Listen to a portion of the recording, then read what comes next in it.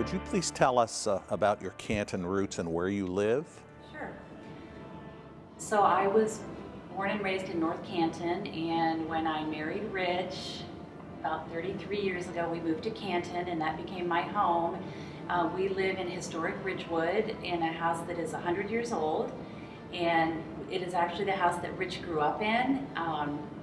His parents lived there for about 23 years, and we've lived there now for 29 years. And we love the history and character that you find in these older homes. And any changes that we've made over the years to our home, we try to be consistent with the original architecture. That is very important to us. And our neighborhood is a part of the National Register of Historic Places. And the whole neighborhood tries to maintain the integrity of its period. Well, what were your thoughts then when you heard about potential architectural changes that would be made to our church? I was concerned, to be honest. I was afraid that we would lose the beautiful craftsmanship integrity of the church. It is such a gorgeous building, and it is God's house. And so maintaining that beautiful original architecture was very important to me.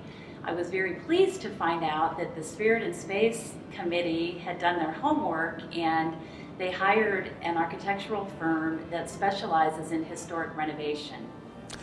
Do you support the changes then that are potentially to be made to the church? Absolutely.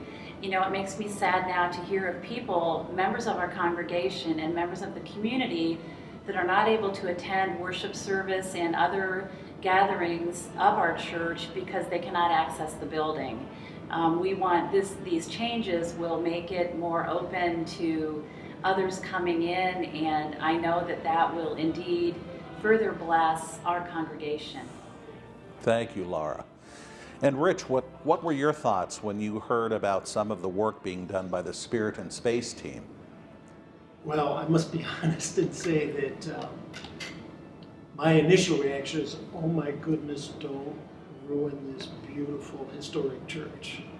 And I've been reassured in that, as Laura has mentioned, by the hiring of a firm that's clearly focused on maintaining the historical integrity of buildings.